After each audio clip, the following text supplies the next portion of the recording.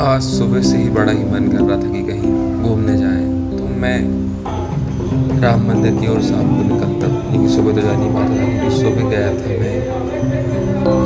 गया था मैं एमपी नगर, क्योंकि मेरे एक दोस्त का लैपटॉप ख़राब हो गया था।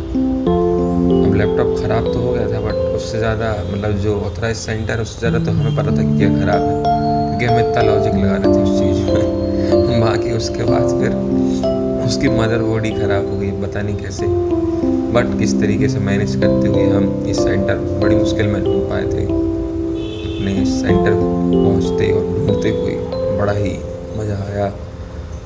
और फिर शाम को ऐसे रात होने लगी थी, फिर मैं पहुंच गया था आनंद नगर घूमते घूमते अंदर।